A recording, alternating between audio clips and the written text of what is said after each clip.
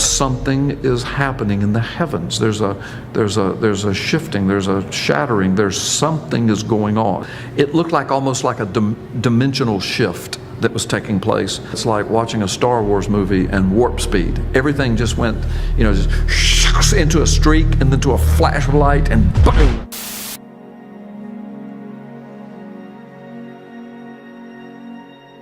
All right, so during your speech yesterday, you had mentioned that you had a vision of the rapture.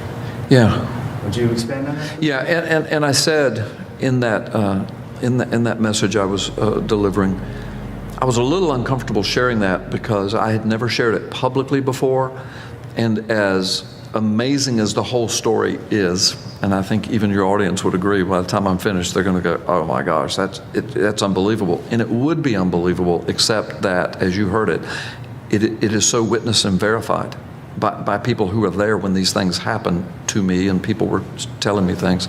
You'll understand this as soon as I get into the story. But God finally, I kind of kept it to myself for years, until he kept verifying. It was like the Lord saying, Carl, you must share this. My people need to know this. I didn't give this to you for you to just sit around and bask in. So here's how it went. I had a dream in the middle of the night. Like the Apostle Paul says, I don't know if I was in the body or out of the body. All I know is I was caught up to paradise. Well, I'm not claiming it was equal to that, but I'm saying it was more than a dream somehow. Because to this day, all these years later, it is so fresh. I can still smell the smells. I can still see the sights. Yes, I could smell smells. It was unbelievable. It was like I physically was somewhere else. But it wasn't an out-of-body experience that I knew I was out of my body. It was like, I thought it was a dream. Until I woke up, and then it was so startlingly real that it took me several years before I shared it with anybody, because it kind of freaked me out. Here's what happened. So I go to bed, go to sleep. All right. In my dream / vision, whatever, I dreamed that I was standing in a field, and it was nighttime, and I was looking at the expanse of the sky. I might have been in big sky country or something. There's no mountains, there were no buildings in front of me, just the horizon, the beauty of the heavens. It was breathtaking. Behind me, I could hear the sounds of life. I could hear horns honking, people talking, conversations. I couldn't make out specific words, but like multitudes of people talking, cheering, maybe they're watching a ball game. Heard babies crying, not in terror or anything, just baby talk and crying and people talking. It was the sounds of life. I never turned around. I don't know if I was prohibited from doing that. I had no inkling to do it. I was looking at the expanse of the sky. Beautiful, beautiful night. Hearing all of the sounds behind me of life, not a care in the world. As I was watching the stars and constellations, and I can remember my dream identifying a couple of the constellations that I know, and literally seeing them. And then the next thing I know is that the stars begin to take on colors. And I see these colors in my dream, and I can remember thinking, not only is this beautiful, but this is very unusual. I don't know that I've ever seen this phenomenon before. And then I would see things streaking across the sky, maybe like a comet or something, but it was the most beautiful thing I'd ever seen with colors involved in it. And then some of the constellations began to kind of almost swirl, not like a fan, but just kind of started moving like that. And then they started shifting positions a little bit. Then I can remember thinking, okay, something supernatural is going on. Now all this is happening in my mind as I'm watching. I'm still hearing the sounds of life. Then I hear the sounds of life behind me getting a little more panicked. It's like they're seeing it too, and they don't know what to make of it. I can remember that I didn't have a feeling of terror. I had a feeling of awe and wonder and thinking something is happening in the heavens. There's a shifting, there's a shattering, there's something is going on. Supernatural. And then the stars appeared, literally, to fall from the sky. Not just fall, but to be zooming towards the earth.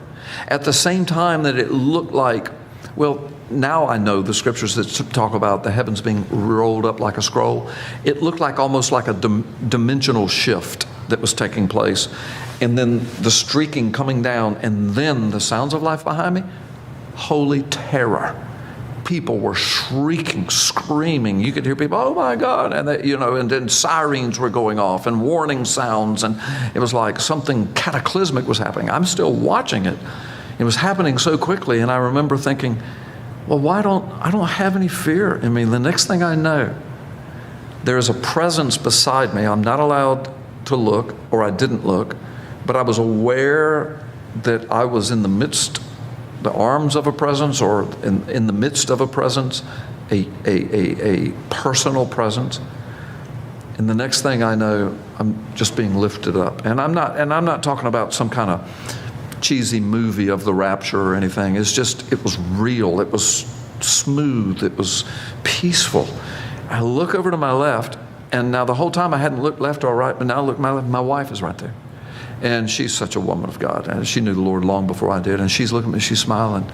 And we just had this knowing look. We didn't even communicate, but we knew what was happening.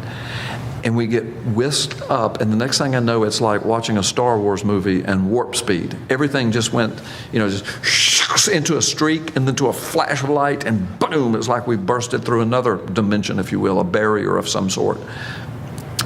No fear ever. And I'm still aware of this presence, that we were under the control of a benevolent presence. And the next thing I saw was we busted through, I'm just going to call it a dimensional shift. We busted through another dimension. And before me was the most beautiful, it had to be what the earth looked like when it was first formed by the hand of God. The colors were so vibrant. The smells, the air smelled like potpourri. I can still smell it sometimes. I saw what looked like villages, beautiful, beautiful little homes, and flowers everywhere. You could hear children off in the distance just laughing, having a blast. People, the peace was overwhelming. The sun was just magnificent. And I can remember asking the presence, is this heaven? Is this paradise? And then I heard the voice, and it just said, this is where you will live forever. Welcome home. And I looked at my wife, she smiled, and I woke up. And like I shared with the congregation, I was furious. I did not want to wake up. I thought that's got to be what dying is like for a believer. Once you're there, you don't want to go back. I mean, even if there are loved ones behind, somehow it's all going to be taken care of. You don't want to go back, not after smelling and tasting and seeing this. The Apostle Paul said that. He said, look, I'm telling you, your mind can't conceive. Your ear has never heard, your eyes have never seen. And he was caught up to paradise. He's the one that said, I don't know if I was in the body or out of the body, but I went somewhere. And I saw things and I heard things that I'm not even permitted to tell at all. So I had something similar to that happen to me. I'm not comparing myself to the Apostle Paul. My experience was not near as complete or as detailed as his or John's or Daniel's, but that happened to me. Now, it was so real and so profound.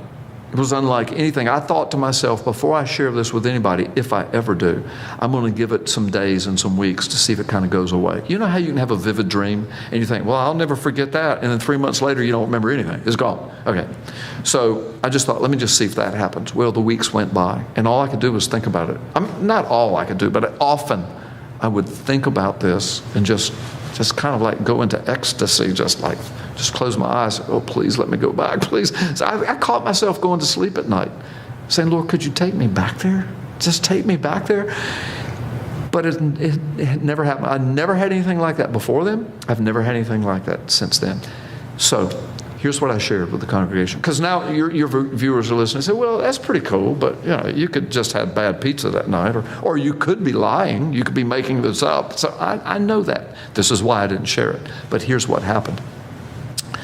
Some years later, I don't know, 3, 4, 5 years later, my wife and I are very close. We have been since we were married. And we try every afternoon if we're together. I travel a lot. If we're together, just sit down, have a cup of coffee, just talk for an hour, just talk. So we were doing that one day, years after my dream. Several times I started to tell her this dream, but I just hesitated. I just thought, I know my wife would believe me, but it's so amazing. How do you describe that? How do you describe that beyond a dream? How do you say it was a dream, but it wasn't? It was more than that. How do you describe that? I didn't know how to put it in words, so I didn't. Well, anyway, years later, I'm sitting down, having coffee. My wife is there, and I said, I got to tell you something that happened to me. And I said, please don't think I'm crazy. And she kind of laughed, well, I already think that, you know. We've known each other since we were 10. So, I mean, we're great buddies. We're having a good time. And I said, so I told her just what I related to you. She's just spellbound looking at me. She didn't say a word. And I'm thinking, she thinks I'm nuts. But when I finished, these were her words. She said, you need to ask your grandson about his rapture dream. She says, I said, what do you mean? What are you talking about? She says, he's coming this afternoon. And he had it years ago when he was just a little boy. Like maybe 3 or 4 years old. And now he's much older. She says, but he's coming this afternoon to the house. She says, I'm not going to say a word to him. And she said, when he walks in the door, sit him down and just say to him, his name's Parker. Parker, tell me about your rapture dream. And she said, I want you to just be quiet and listen to him. I said, okay. I didn't have it. I said, why are you being so mysterious about this? She said, you're going to love it. You need to ask him. So I'm thinking, well, he's had something similar. You know, I didn't know. So he comes. I ask him, come in and ask him. Said, before we go, I think we're going to go play a little golf that day or something. I said, before we go, I said, sit down for a minute, I want to talk to you. And so I asked him, I said, he calls his grandmother Giggy. That's how he was trying to say grandmother when he was 1 year old, I think, and it just stuck. So I said, Giggy said to ask you about your rapture dream. Well, he kind of snapped his head around and looked at her like, is it okay if I tell him? And he looked back, he said, sure. And he said, I've never told it to anybody but Giggy. And I said, okay, well, she told you to tell me because I've got something to tell you. And he said, okay. First words out of his mouth. Well, Papa, he said, I was standing in a field and I was looking up into the sky. Basically, he describes everything that happened to me. I mean, seriously, he said, he didn't call it the sounds of life. He said, I heard people behind me. He said, it sounded like a big city, but he said, I didn't turn around. I never saw it. I just heard it. And he said, but I'm looking at the sky. And he said, then the stars started moving. And I thought, how freaky is that? And he said, they started changing colors. And then he just describes the whole thing, except he has more detail. He gets it right up to the point where everything's kind of, the dimensions are shifting. The sky, there's like streaks are coming down, like the stars are falling from the heavens. And then he says, but I realized, Papa, that these weren't stars. These were angelic beings. And he says, and we were swept up. And he said, I was swept up. And he said, it was like I was in some kind of like a chariot or something. And he said, and there was an angel that had his arms around the whole thing. He said, I saw him. He said, I talked to him. And he says, and then we were whisked. And he says, and you and Gigi were there. And I think he called it a couple of others, his mom, dad, people he knew. And he said, I saw their faces and we're just going. But he said, but it wasn't a long trip. It was instant. And the next thing you know, he says, we're in, and I forgot what he called it, paradise, I'm going to use the word, in this beautiful place, whatever a small kid would say. And he kind of describes it like me. And then he said, and then I woke up. And I said, and then my wife's over there now, she's got tears, and she said, I told you. She says, y'all had the very same dream. She said, that's impossible unless God's speaking. Well, this story gets more fantastic, as you know, because you heard it. So I'm listening to all this. I'm celebrating that. I said, have you told your mom and dad? They said, no. I said, do you mind if I tell them? He said, no, I don't mind at this point. So I told them. They were blown away by the whole thing. Okay, so that's cool. Now it's a family thing. And, of course, we all believe each other. Now, my grandson, when he was just little, I don't know, 3 or 4, he didn't know anything about chariots and angels and rapture. But yet that's the dream he had. And he's describing it now that he's older. He's saying that's what happened. He didn't know anything about mine, so how could he have made up the stars and the colors and the people behind them? And, you know, it's exactly the same as mine.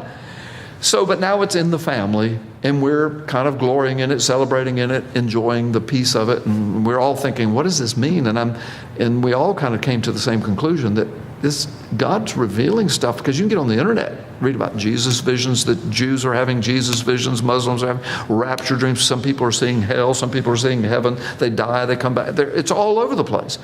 And it's just like exploding forward. And people may say, well, maybe people in every generation have had this. Yeah, but not every generation has had a thing called the internet and YouTube and Facebook. And so now it's everywhere. People are talking about it.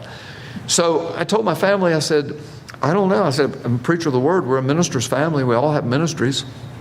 And through the mouth of a child, see, Psalm says, out of the mouths of babes, I will, give my praise. Then through the mouth of I'm going to call myself an old man, a pastor, preacher, a grandfather. Your sons and daughters will prophesy. Your young men will dream dreams. Your old men will have visions. Doesn't the Word of God say that? Old Testament and New Testament. So here's this little boy, a child, a son, a grandson, who's prophesying, if you will. Papa, it was the rapture, okay? I'm an old man. I'm having a vision/dream of something that matches exactly what he has. So we're just in the family. That's all we've told. Then, about 5 or 6 years later, we're just getting on with life. I'm preaching. I'm doing conferences. My son comes with me. He's a grown man. You've probably seen him or met him. We are at a prophecy conference in Minneapolis, Minnesota. It's in the spring. It has snowed that spring. Snows all over the ground. The people in Minnesota are mad about it. I'm loving it. Having a great time. Conference center packed out. It's a big church, and so it's packed out. It probably held 1,000 people, and it was packed. Foyer is huge. They had our table set up for the speakers at the foyer.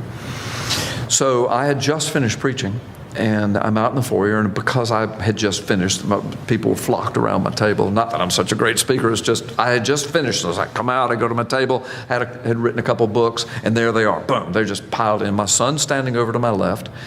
You know, just like at my book table, I don't sell books, but I'm there to talk to people, minister to people, pray with them, maybe sign them if they want their book signed. But my son he's handling all the money and the credit cards and everything and answering people's questions about the books. So that's going on at the table. Crowd of people right in the front are talking to me. Hey, can you sign this? And what's this book about? And, you know, so we're having those conversations. And I'm looking over the crowd. I'm tall like you are, not as tall as you are, but I'm tall, and so I can see right over the crowd. And I see this young woman making her way through the back of the crowd, kind of snaking her way through, kind of sweetly pushing people aside, trying to get up front. And I'm thinking, bless her heart, she wants to come up here bad, but I'm thinking somebody's going to slap her because, I mean, you know, everybody's trying to get to me. She's just breaking ahead. And I'm thinking, there's always one in every crowd, right? You know? And so I'm thinking that about her, bless her heart. And I see when she gets closer, she's crying. Not boo-hooing yet, but just tears, and her eyes are swelled. And I said, oh, bless her heart. She's got some heart issues here. She's wanting to talk to the preacher, you know. Well, she got almost down to the front line. She was standing a couple of rows back and looking at me, just kind of looking at me like she wanted to engage me. And then I saw her just kind of get discouraged, and she turned and walked back through. And I'm thinking, oh, gosh, I wanted so bad to say, wait a minute, but I couldn't because I'm signing books and people were talking. But I'm watching all of this.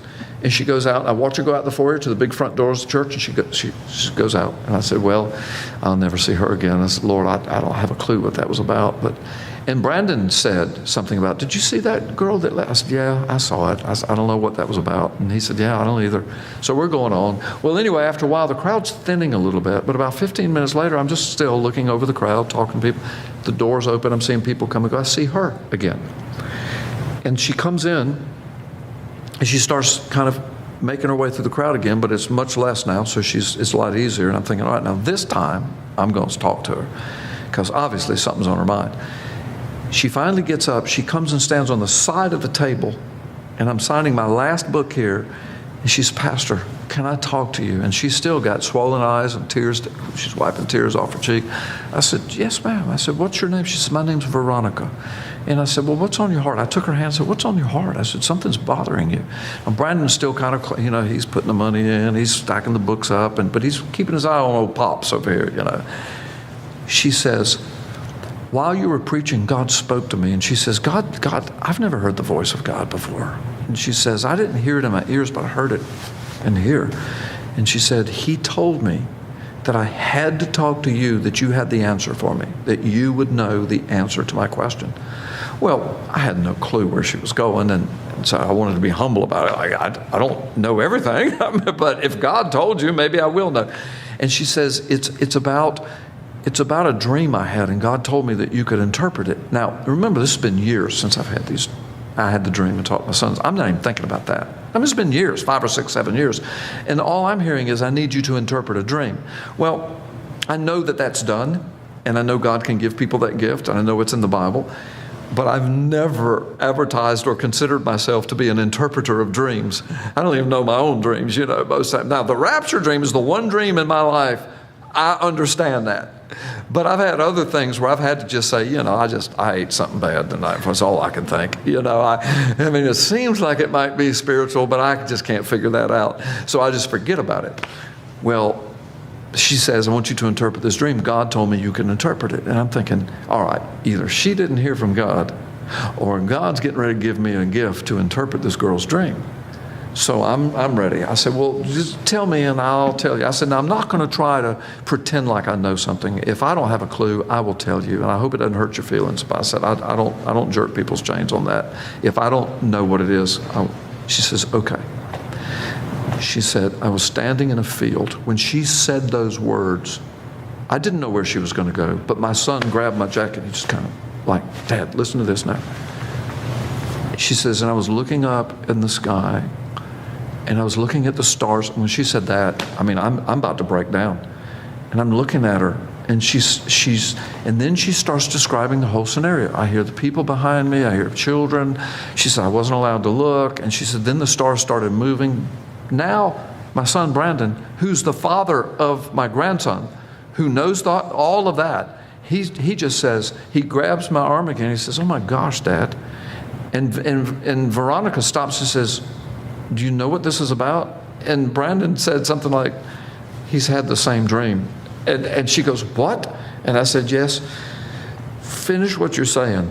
And she said, well, I'm almost finished. She says, so the stars come and they fall out of the sky. And then she says, and she says, and I just screamed and I got on the ground and covered my head in the star. And then I woke up. And she says, what was that? She says, it was so real. This happened to me months ago. And she said, I told my husband, and we came to this conference. She said, I would need an answer to this. She said, it was so real, I can't get it out of my mind. And she says, you're telling me you had the same dream? I said, exactly, except my dream went further, and I know what it is. And she goes, oh my gosh, God did speak to me. You know, I said, Veronica, I know what the answer is to this dream. And I said, now this is 1,000 people in Minneapolis. I'm from Florida. And she describes my dream and my grandson's dream. And I saw her come and go, and I asked her, I said, why'd you leave? She said, well, I got scared. And then I couldn't get to you. And my husband and my children, she said, I've got little children, they're out in the car. She said, I went out there and just bawled. And my husband said, you must go back in. You must talk to him. God told you to. So she said, I finally got up the courage and came back. And she said, I'm so glad. So she says, what's the dream? And I said, it was the rapture. And I said, apparently, I need to talk to you about your relationship with the Lord, because apparently you were getting ready to miss it. And she starts crying. She says, I've just given my life to the Lord recently. And she says, yes, I agree. She says, and I need to come back to the Lord. She said, I've been so far from the Lord. And she says, and that's all I can think is that God's trying to tell me something bad is getting ready to happen if I don't get right with him. And she said, I feel like I need to be in ministry. She said, I don't mean preaching or teaching. She said, I just need to be investing my life somehow in the gospel ministry. And she says, and I said, well, let me tell you what happens after the stars fall. I said, those are not stars, those were angelic beings. And it was the rapture. And we do go up and we bust through dimensions and barriers and I said, and then the next thing you know, you're in paradise. And she said, oh my gosh. And I said, well, let me tell you, I can't even describe to you what it smells like, what it looks like, what it sounds like. And she says, I knew it was probably had something to do with the rapture. And I said, well, yes. I said, that's all I can tell you. That's all I know. But I said, my grandson has had this exact same dream. I've had it. My wife, his grandmother, witnessed him telling it to her. Years went by. He tells it to me. I tell it to his mom and dad. We all go over it together, talk about it. And now more years have gone by. You come to me from Minneapolis, Minnesota, and you're standing here telling me the same dream and that God told you I knew what it was. I said, so this is not a coincidence. This is not bad pizza. This is God speaking. And then she said, well, I'm not really from Minneapolis. She says, I come from Peru. And I said, Peru? This is what makes the story even more fantastic. I said, me and my church have been involved in Peru for 17 years at that point in huge mission work.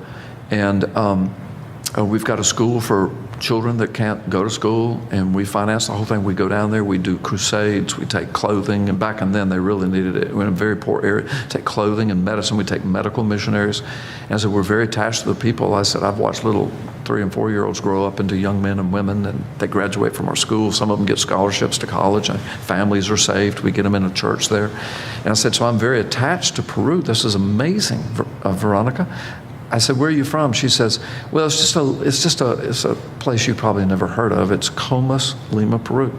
I said, that's where our school is. Our school is in Comas. She said, what? I said, it's called the Jack Goldfarb Christian School, named after a associate pastor of mine that's passed away, who was from Peru. And she says, I just live a few blocks down the street from there. I know people that work there. I said, this is getting freakier by the moment. So we had a conversation. We loved on each other and prayed. And I asked her, I said, can I tell this story? Can I use your name? She says, yes, Pastor, please feel free. Maybe that's a part of how I can be used for God's kingdom. So I've shared it with my church privately several times. I say privately, I mean, not on TV or radio or at a conference, just at my church.